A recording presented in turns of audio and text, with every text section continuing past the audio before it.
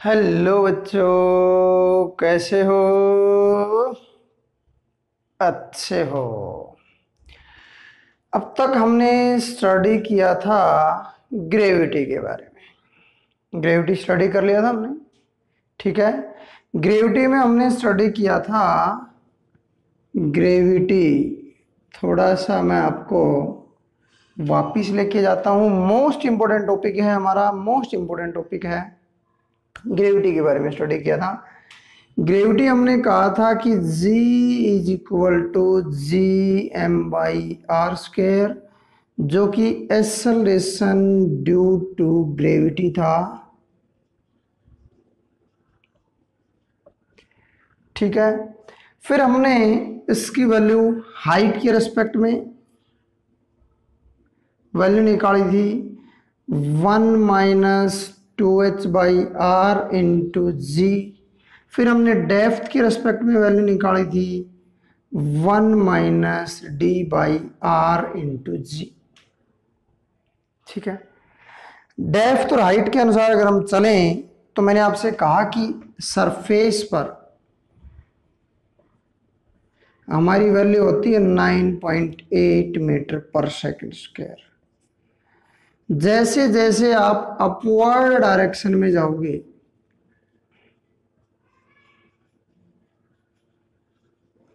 ये डिक्रीज होगी। जैसे अगर आप अप टू 200 किलोमीटर तक पहुंचते हो हाइट, तो 9.23 मीटर पर सेकंड हो जाएगी, ठीक है। 9.23। अगर आप 1000 किलोमीटर तक जाते हो, ठीक है, 1000 किलोमीटर तक, तो 7 पॉइंट आपकी हो जाएगी 34, 7.34। अगर आप 5000 तक जाते हो तो 3 हो जाएगी, 3.08 मीटर पर सेकंड स्क्वायर। सेकंड स्क्वायर है भाई ये। अगर आप 10,000 तक जाते हो, 10,000 किलोमीटर तक है, तो भाई साहब ये 1 पॉइंट आपकी हो जाएगी 49 मीटर पर सेकंड, ठीक है भाई। 200 से 10,000 तक मैंने आपको बता दिया। 200 पे इतनी, 1000 पे इतनी, 5000 पे इतनी, 10,000 पे इतनी, यानी कि ऊपर डिक्रीज होती जा रही है। ऐसे ही हमने जी की वैल्यू सेंटर पर निकाली थी, सेंटर पर। तो सेंटर पर जी की वैल्यू कितनी थी? 0 थी। मतलब ऊपर भी नीचे भी दोनों तरफ क्या हो रही है? डिक्रीज हो रही है। अगर मैं बात करूं इसकी वैल्यू, बोले जी इसकी 0 है, यहां 0 कहां पर होगी? तो तकरीबन तकरीबन 30,000 पर, 30,000 किलोमीटर पर हमारी 0.30 मीटर पर सेकंड स्क्वायर होती है, ठीक है। आगे बात समझ में। आगे हम सैटेलाइट का जिक्र करेंगे। सैटेलाइट, सैटेलाइट का जिक्र करेंगे। सैटेलाइट हमारा होता है 36,000 किलोमीटर पे। तो 36,000 किलोमीटर पे इस जी का कोई इफेक्ट नहीं होता, तब वो वहां पे एग्जिस्ट करता है, ठीक है। आगे बात समझ में। मैंने यहाँ 30,000 दिखाया, 30,000 पे 0.3 था, तो 36,000 पे और भी डिक्रीज हो जाएगा, 6,000 बढ़ जाएगा। 6,000 बढ़ेगा तो कितना? 0.3 और घटेगा, 0.3 और घटेगा तो 0 के आसपास आ जाएगी ग्रेविटी। क्लियर है? आगे बात समझ में। तो ये थी हमारी जी की वैल्यू की वेरिएशन, ठीक है, ओके। अब अगर हम बात करें तो हमने इक्वेशन ऑफ मोशन पढ़ी थी। इक्वेशन ऑफ मोशन याद होंगी आपको, पढ़ी थी फर्स्ट यूनिट के अंदर। इक्वेशन ऑफ मोशन पढ़ी थी जी। क्या थी इक्वेशन ऑफ मोशन? क्या थी इक्वेशन ऑफ मोशन? थी 3 equation of motion. Equation of A motion थी कितनी थी भाई? 3, ठीक है। पहली थी हमारी वेलोसिटी टाइम रिलेशन,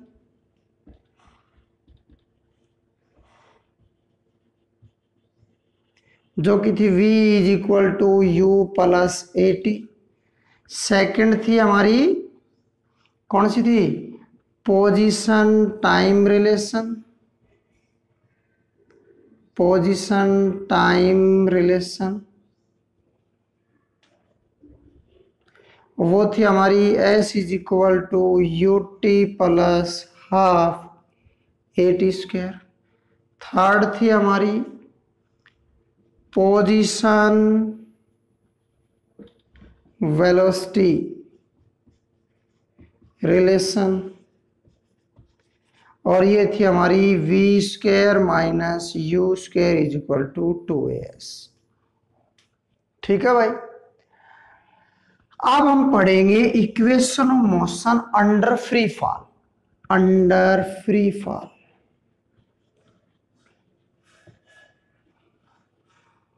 या अंडर इफेक्ट ऑफ ग्रेविटी। तो सीधी सीधी सी बात है, दो चीजों पे ध्यान कर लो। अंडर फ्री फॉल जब पढ़ रहे हो तो यहां पर केस अप्लाई होता है कि अंडर फ्री फॉल है, एक तो u इज इक्वल टू 0 आ जाएगी, ठीक है। दूसरी s इज इक्वल टू आ जाएगी हाइट के इक्वल। t टाइम t रहेगा और a की जगह आ जाएगी g। कंडीशन क्या है, जैसे फॉर एग्जांपल हमारे पास यहां ऑब्जेक्ट था और फ्री फॉल जा रहा है डाउनवर्ड, तो u तो 0 है, हमने कोई फोर्स नहीं लगा है, और फ्री फॉल जा रहा है तो h हाइट कवर करेगा। ये इनिशियल वेलोसिटी 0 होगी, तो फर्स्ट इक्वेशन क्या कहती है, v is equal to 0 plus a की जगह g इंटू टी, तो v इज इक्वल टू क्या आ गया gt। फर्स्ट इक्वेशन तो ये होगी। सेकंड इक्वेशन क्या कहती है, s की जगह है h is equal to 0 into T plus half, a की जगह क्या है g है g टी स्क्वेयर, तो h is equal to half G T square. यहां से आप 2h is equal to G T square, 2h by G is equal to T square, तो t is equal to √2h by G लिख सकते हो। ठीक है भाई। तीसरी इक्वेशन क्या थी, v square minus 0 you square का 0 that is equal to 2a की जगह g और s की जगह h, तो v square is equal to 2gh, तो v is equal to √2gh। ये इक्वेशन आ जाएगी हमारी। क्लियर है। अब देखो नेक्स्ट, ये था अंडर फ्री फॉल। अगर हम अपवर्ड फेंकते हैं, अपवर्ड डायरेक्शन में, ठीक है ना, under the effect of gravity upward फेंकते हैं, ठीक है ना, तो क्या होगा, तो क्या होगा, तो कुछ नहीं होना है। अरे ये इक्वेशन मैंने मिटा दी, ठीक है। नंबर थर्ड थी position velocity relation, v square minus u square is equal to 2s। जब आप अपवर्ड फेंकोगे तो t तो t रहना है, a की जगह माइनस जी आ जाएगा, और u की वैल्यू u ही होगी, वहां वेलोसिटी देनी पड़ेगी जब ऊपर जाएगा, और फाइनल वेलोसिटी v हो जाएगी 0। कहां पर हाइट जब h ले रहे हो, डिस्प्लेसमेंट क्या ले रहे हो h, ठीक है। तो यहां तो क्या आ जाएगा, v is equal to 0, u की जगह u माइनस जी टी, तो u is equal to g into t. First equation थी। सेकंड क्या आ जाएगी, h that is equal to u t minus half, a की जगह g माइनस का, और a की जगह माइनस तो माइनस आ गया जी टी स्क्वायर। थर्ड था 0 minus u square is equal to minus 2gh, तो u square that is equal to 2gh आ जाएगा। क्लियर है भाई, आगे बात समझ में कोई दिक्कत नहीं है। चलो, ये थी हमारी ग्रेविटी।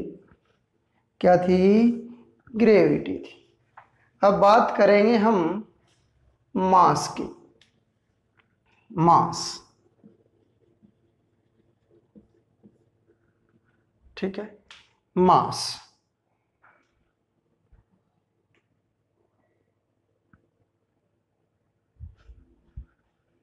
क्या है mass, it is a quantity of matter या मटेरियल। यस, दूसरे शब्दों में शॉर्टकट थी, ये कह सकते हो it is defined as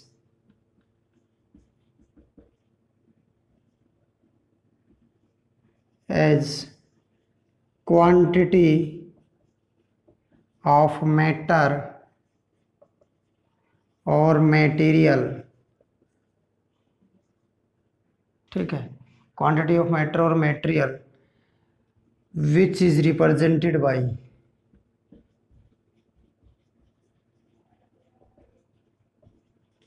m। ठीक है भाई, आगे बात समझ में, m से रिप्रेजेंट किया जाता है। और ध्यान रहे it is a scalar quantity.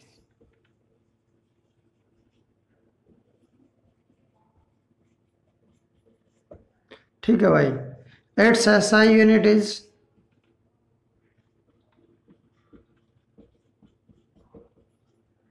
Kilogram. ठीक है, इट नेवर बी जीरो, कभी भी जीरो नहीं होगी, कभी नहीं होगी जीरो। ठीक है, next, it measure the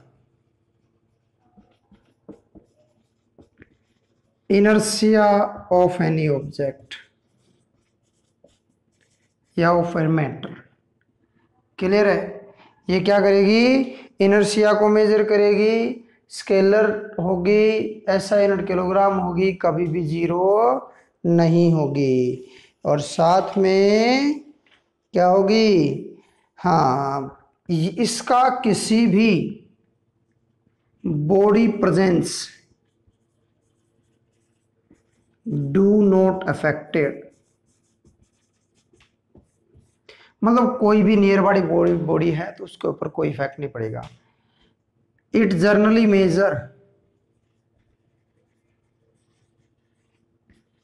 measured by balance machine. देखो मास के बारे में बताता हूं, किसी भी क्वांटिटी में anything in the else in the matter is known as mass. मतलब मास, कोई भी चीज आप ले रहे हो उसका वो क्या कहलाएगी, मास कहलाएगा। ठीक है, कभी भी जीरो नहीं होगा, सिर्फ सीधी सी बात है। एम से रिप्रेजेंट किया जाएगा। ऐसा यूनिट क्या है, किलोग्राम है, किलोग्राम से मेजर करते हैं। सीजीएस यूनिट इसकी ग्राम है, छोटी सी। 1 किलोग्राम में 1000 ग्राम होते हैं। ठीक है भाई, आगे बात समझ में। आगे क्विंटल भी होता है, टन भी होता है, ये भी यूनिट होती है, लेकिन ऐसा यूनिट क्या है, किलोग्राम। स्केलर क्वांटिटी यानी कि इसका सिर्फ मैग्नीट्यूड है, कोई डायरेक्शन नहीं है। जीरो कभी नहीं होती है, मास कभी जीरो, जैसे पार्टिकल एग्जिस्ट कर रहा है तो मास होगा ही होगा। ठीक है, ये इनर्शिया को मेजर करती है, जितना ज्यादा मास उतना ज्यादा इनर्शिया, जितना मास कम उतना इनर्शिया कम। ठीक है, ओके।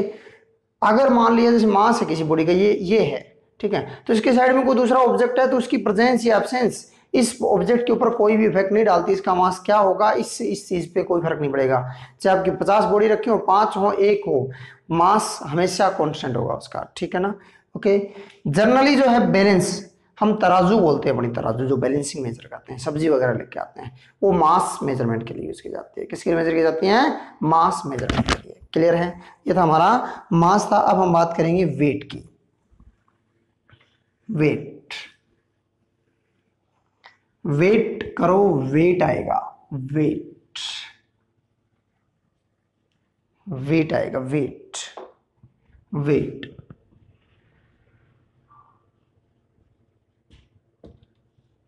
ठीक है, वेट क्या है, it is the force applied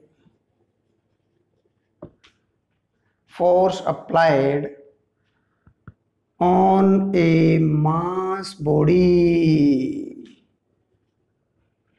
towards the center of earth is known as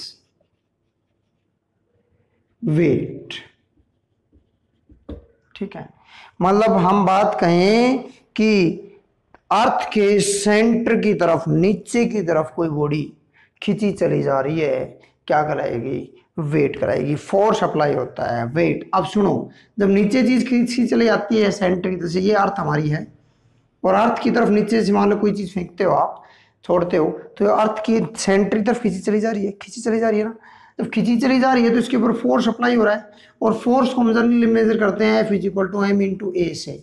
लेकिन ये W वेट है, और वो वेट होगा जब object under the effect of the इस under the effect of the force due to the earth apply होगा, तो वो होगा W से रिप्रेजेंट होगा, that is equal to m/g, mass into gravity, mass into gravity. G की value कितनी है? 9.8 मीटर पर सेकंड स्क्वायर है on the earth of the surface.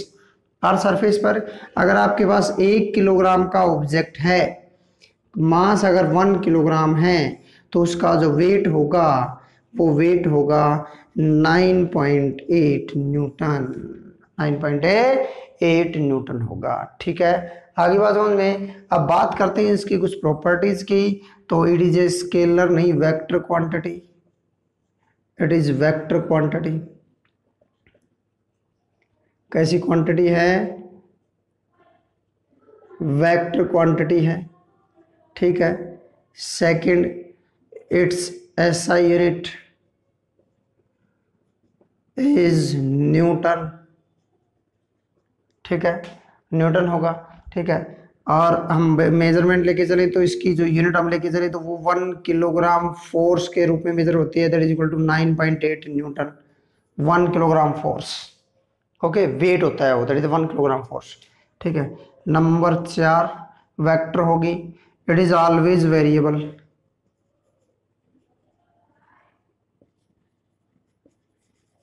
It is always a variable, मतलब जी की वैल्यू वेरी करेगी तो ये भी क्या करेगी? वेरी करेगी, कभी भी कांस्टेंट नहीं होगी। और सेंटर ऑफ अर्थ पे क्या होती है? अगर जी 0 है तो वेट भी क्या होगा? क्या होगा? 0 होगा। नंबर 6 मैं बात करूं, इट मेजर बाई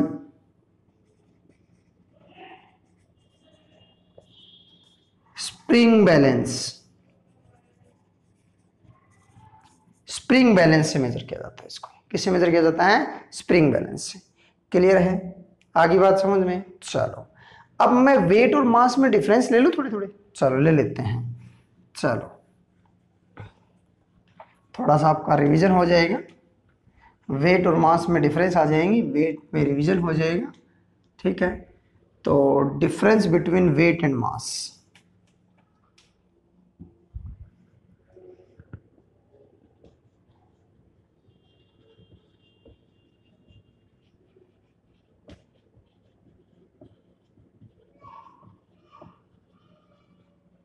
वेट और मास में डिफरेंस, एक तरफ मास ले लें और एक तरफ क्या ले लें? वेट। ठीक है भाई। Number first, it is always constant.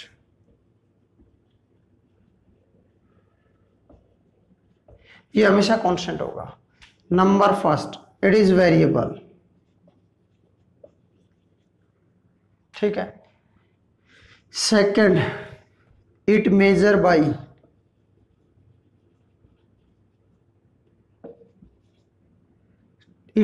By balance machine.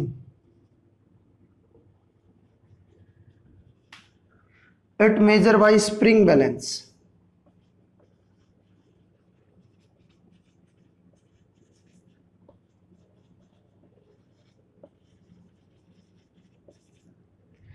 Number third, its SI unit is kilogram. Its SI unit is Newton. ठीक है। Number 4, it do not depend upon G. It depends upon G. Number 5, it is a scalar quantity. Number 5, it is a vector quantity.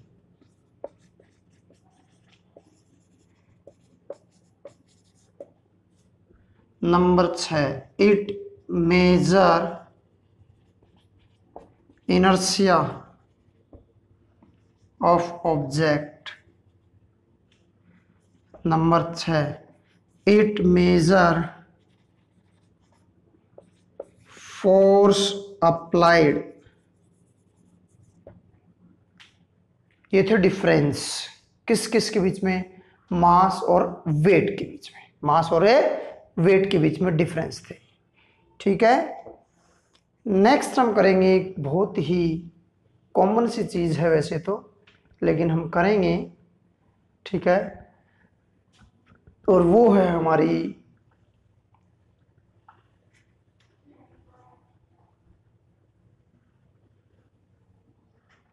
Wait of object on the moon. Moon के ऊपर आदमी का wait. ठीक है,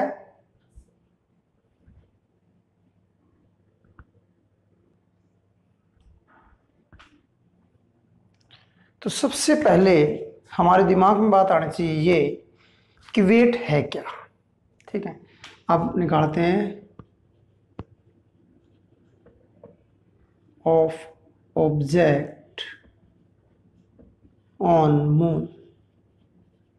यहां पर आपसे gravity भी पूछ सकता है, वेट पूछ सकता है, एक ही बात है। ठीक है, दोनों एक ही तरीके से बात है। ठीक है, वही निकालेंगे हम। तो सबसे पहले हम बात करते हैं, फर्स्ट पॉइंट हमारा कि वेट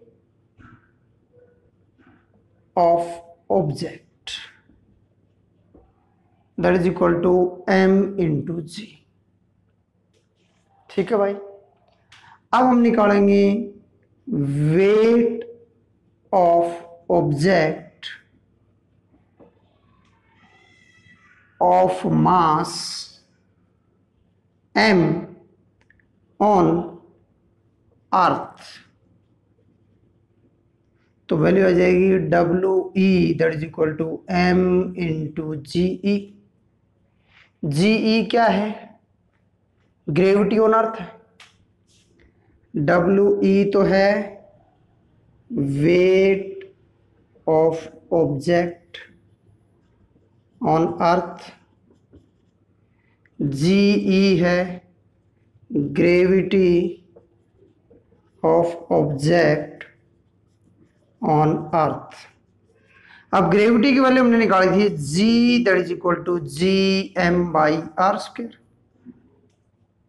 ठीक है, ओके, तो GE is equal to GME upon में RE का होल स्क्वायर। अब वेट हमने एक्चुअल क्या पढ़ा है, वेट है क्या, वेट तो फोर्स है। अब वही फोर्स अर्थ के द्वारा मास ऑब्जेक्ट पर लगाया जाए, वही फोर्स मून के द्वारा मास ऑब्जेक्ट पर लगाया जाएगा towards the centre of the moon. ठीक है, वेट क्या है, मतलब दोनों केस में वेट है क्या, weight it is the force applied by moon towards centre of moon on mass object, on mass object। तो वही WM क्या आ जाएगा, M इंटू GM, ये आएगा, निकाल दो भाई। तो यहां से वैल्यू आ गई, GM कितनी आ जाएगी, G तो कांस्टेंट है तो हर चीज के लिए M अपॉन में RM का स्क्वायर, कोई दिक्कत नहीं है। अब यहां से WE आ गया that is equal to M into GME upon RE का स्क्वायर, और यहां से WM आ गया M इंटू GMM अपॉन में RM का स्क्वायर। ठीक है, अब दोनों को हम क्या करेंगे, WM अपॉन WE निकालेंगे। WM/WE। WM कितना था, ये था M/G, capital M, sorry mass of moon, radius of moon divide by mg, mass of earth upon में रेडियस ऑफ अर्थ का स्क्वायर। ये भाई साहब वैल्यू आ जाएगी WM/WE that is equal to M/G, capital M/M into R M का square into R E का square upon small m capital G M/E, M से M, G से G, सीधा सीधा सा आ गया WM/WE MM/ME इंटू RE/RM का होल स्क्वायर। ठीक है भाई, कोई दिक्कत नहीं है। चलें आगे। अब हम बात करें तो मास of moon, radius of moon, mass of earth, radius of अर्थ। तो मास ऑफ मून क्या है, मास ऑफ मून हमारा आया था, ध्यान नहीं आ रहा मेरे को, 7.4, चलो 7.4 इंटू 10⁻²2 किलोग्राम। और मास ऑफ अर्थ कितना था, मास ऑफ अर्थ था 6 into 10⁻24 kilogram. Radius of moon and radius of अर्थ, तो रेडियस ऑफ अर्थ तो मुझे याद आ रही है कितनी थी, ये थी 6400 kilometre, 6.4 into 10⁻6 metre. Radius of moon हमारी है, रेडियस ऑफ मून है 1.74 इंटू 10⁻6 मीटर। सारी वैल्यू रख दो, WM/WE that is equal to, value आई भाई mass of moon 7.4 into 10⁻22 divide by 6 into 10⁻24 into radius of earth कितनी है 6.4 इंटू 10⁻6 और ये आई 1.74 इंटू 10⁻6 का स्क्वायर। ये सब निकालेंगे तो हमारी WM/WE वो आ जाएगी 0.165, जो कि होती है 1/6 पार्ट के, 1/6 पार्ट की इक्वल होती है। तो इसको हम ये लिख सकते हैं WM that is equal to 1/6 of the weight on earth. यानी कि साफ साफ कह गया कि अगर अर्थ पे, मून पे मास निकालना है तो वो 1/6 हिस्सा होगा किसका, अर्थ का। अगर ग्रेविटी पूछे तो ग्रेविटी भी यही होती है, gravity on moon that is equal to 1/6 of the gravity on earth. एक ही बात है, क्योंकि ग्रेविटी निकालोगे तो मास तो ऑब्जेक्ट का सेम रहना है, ग्रेविटी ही डिवाइड होनी है। क्या डिवाइड होनी है, ग्रेविटी। क्लियर हो गया, ओके। लेकिन ध्यान रखना मास ऑब्जेक्ट का कांस्टेंट रहेगा। अगर मास 5 किलोग्राम है अर्थ पर तो 5 ही मून पर रहेगा। वेट चेंज होगा और ग्रेविटी चेंज होगी, कितनी, 1/6 टाइम। जैसे मान लिया यहाँ 10 है तो वहां 10/6 होगी। ठीक है, ओके।